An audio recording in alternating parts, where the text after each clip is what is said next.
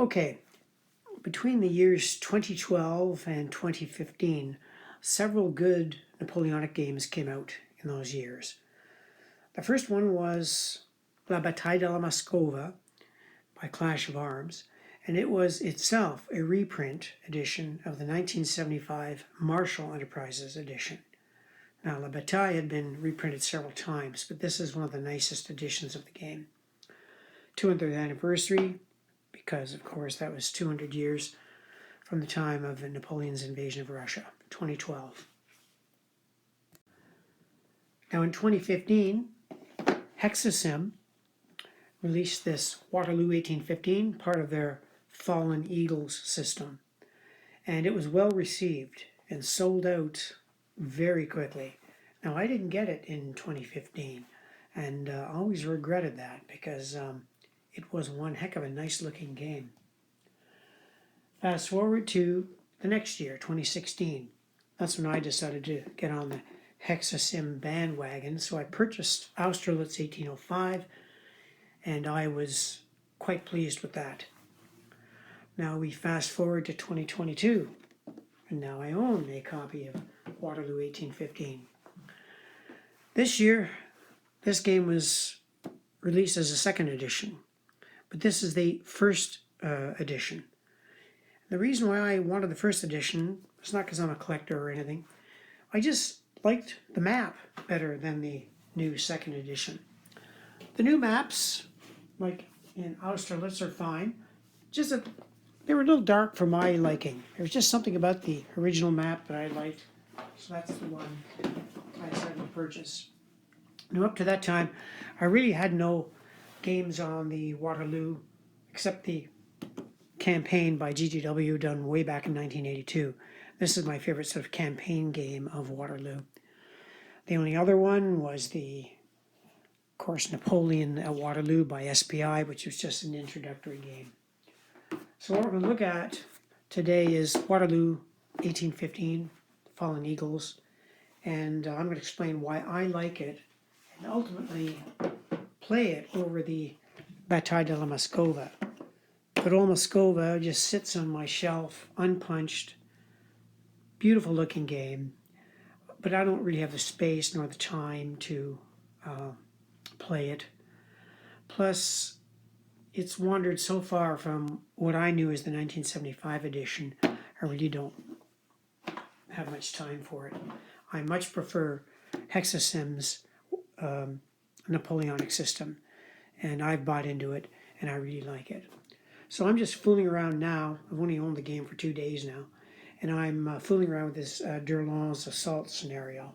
And I'll tell you why I like the game. If you want to see how to play it, there's lots of good videos out there by people who have owned it for years, and they know the system very well.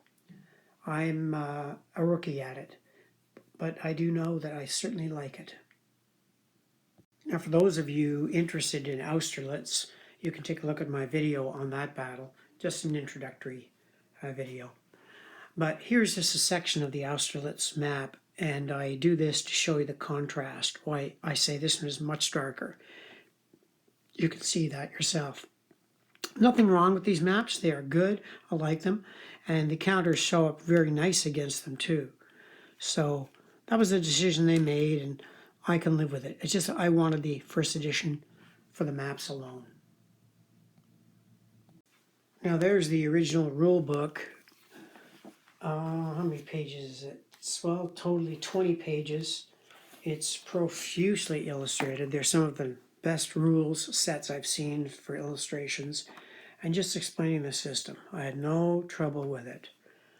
It also comes with a playbook, of course, because you don't have to play the entire Battle of Waterloo. You can play scenarios.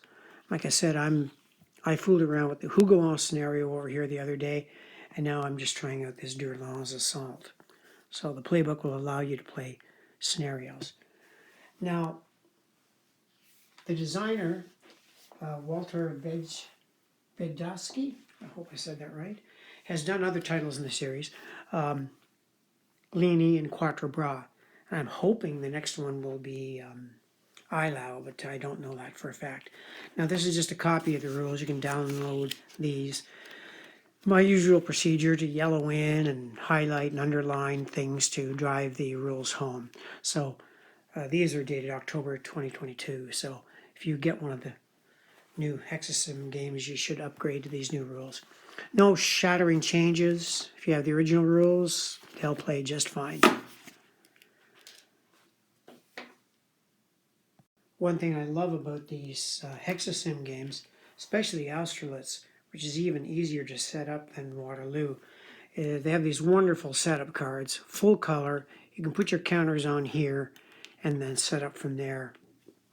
And I think I set up this Durlaw scenario in less than 15 minutes. So this is a great boon to the game.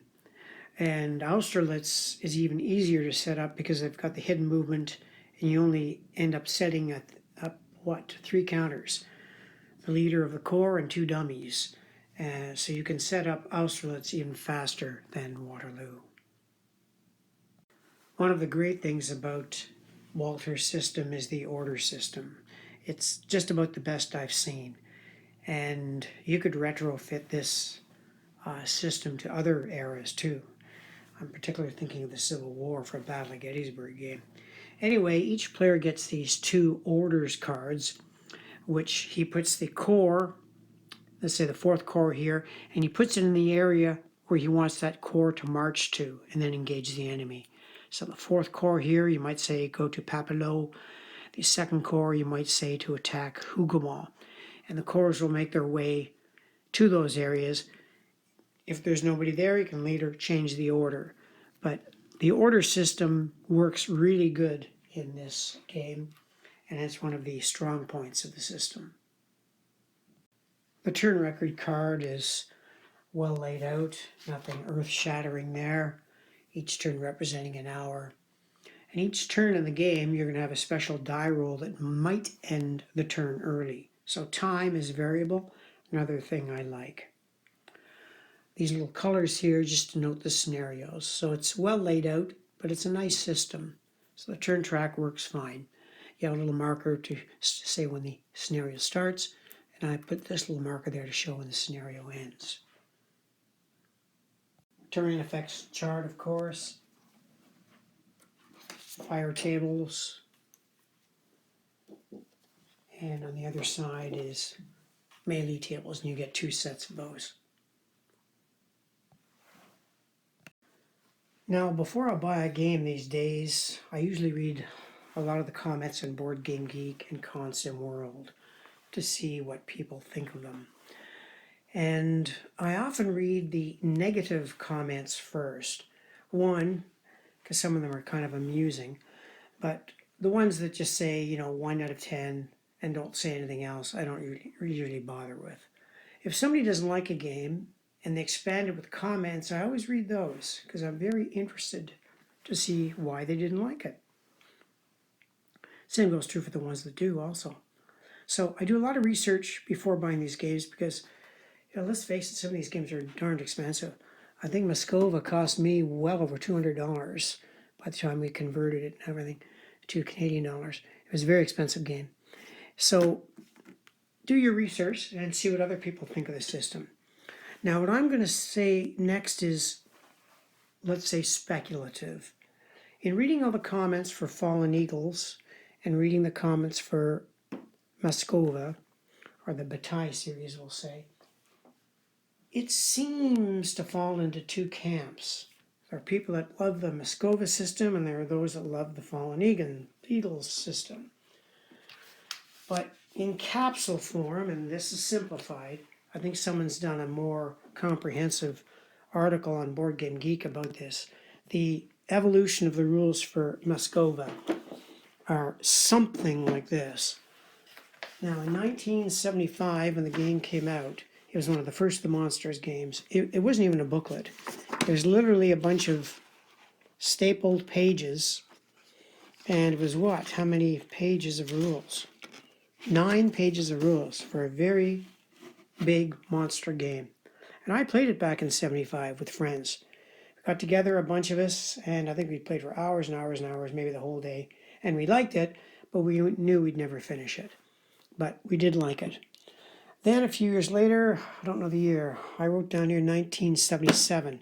Yeah, GDW re-released the Bataille de Moscova and made it into a booklet form, but still with their standard paragraph form. Not easy to read, but it was still the same game. It was exactly the same. Then when they began to expand into other battles like Talavera, things like that, with the British in, they had to add more rules for extended line. And here's where my history of the rules might get a little shaky. The ones that came in the box with the 200th anniversary are these Règlement de Marie-Louise.